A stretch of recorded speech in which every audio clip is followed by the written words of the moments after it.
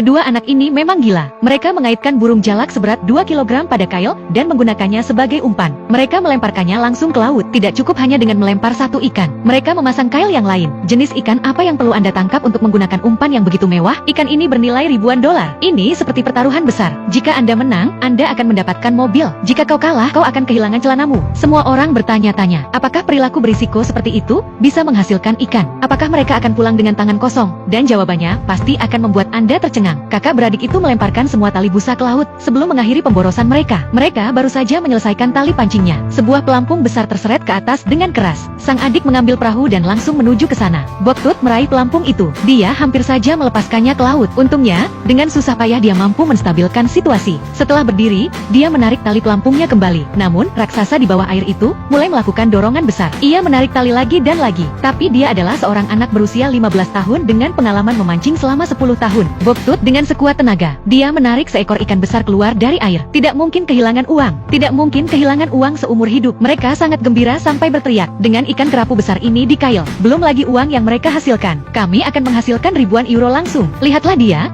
gemuk seperti anak babi. Jika Anda menjualnya di pasar domestik, saya akan mendapatkan setidaknya beberapa ribu euro. Tapi ini hanya awal dari penangkapan ikan hari ini. Kemudian Boktut mengambil baris kedua. Seekor belut moray besar tertangkap di tali pancing. Belut besar ini setidaknya seberat 5 kg. Jika kami bisa menangkap belut sebesar ini, kami akan melompat ke girangan. Tapi saudara-saudara tidak bersemangat. Jelas itu adalah proposisi yang kalah. Karena belut moray murah di Filipina. Kemudian mereka menemukan pelampung ketiga. Boktut meraih pelampung itu. Pelampung itu hampir menyeretnya ke laut. Dengan panik, dia meraih tiang kapal untuk menahan diri. Lalu dia menarik tali kembali. Tapi kali ini adalah perjuangan yang nyata. Sang kakak menarik tali di depannya. Adik laki-laki menarik garis di depan, dan adik laki-laki menariknya di belakang. Ini adalah pasangan yang sempurna. Setelah beberapa menit menarik dengan keras, ikan kerapu besar lainnya diseret lurus ke belakang. Sang ayah menarik ikan di bagian insang dan menaruhnya di atas perahu nelayan. Kaya raya, kaya, ribuan euro di bank. Dengan ikan kerapu ini di gudang, sudah ada 3 ikan berharga di dalam kabin. Tapi ketika sampai pada ikan keempat, aku hanya punya 1 umpan. Kali ini, kami tidak menangkap apa-apa, tapi umpannya masih hidup. Setidaknya dia tidak kehilangan uang. Boktut baru saja mengembalikan umpannya. Pada saat itu, sebuah pelampung terseret jauh. Mereka mengejarnya dengan perahu nelayan. Mereka melewatkan pelampung pada tembakan pertama. Kemudian jatuh kembali. Boktut menariknya dalam sekejap. Apa hasil tangkapannya kali ini? Setelah beberapa tarikan tali pancing, ini adalah hal yang berwarna-warni yang datang tepat ke permukaan. Oh, Tuhan, itu adalah ikan kerapu besar lainnya. Apakah ia jatuh ke dalam sarang ikan kerapu? Kerapu ini lebih kecil dari yang terakhir, tapi masih sekitar 5 kati. Menurut harga pasar domestik, harganya 2.000 euro. Ini terlalu menyenangkan. Anda tidak dapat menangkap ikan tanpa umpan.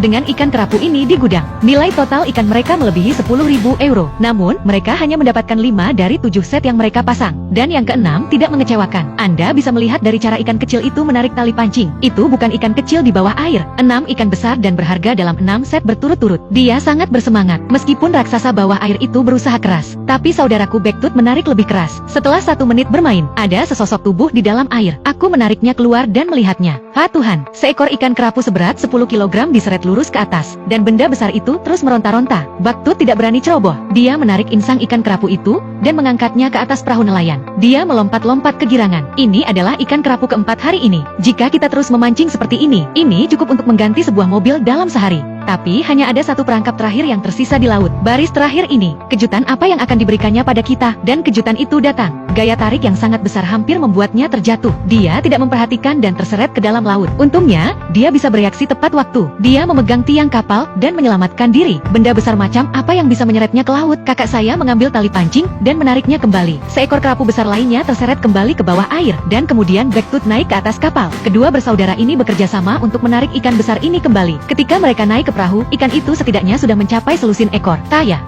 Mereka mengeluarkan 7 kelompok nelayan, dan mereka mendapatkan kembali 6 ikan yang berharga. Ini adalah pertaruhan besar. Seperti kata pepatah, seberapa besar ikan yang bisa ditangkap jadi, berapa banyak yang bisa Anda jual dari ikan yang indah ini. Setelah kembali ke desa nelayan, beberapa ekor ikan ditukar dengan setumpuk uang. Saya menghitung 30.000 euro. 30.000 euro ikan untuk 1.000 euro umpan. Apakah menurut Anda itu sepadan? Sampai jumpa di bagian komentar.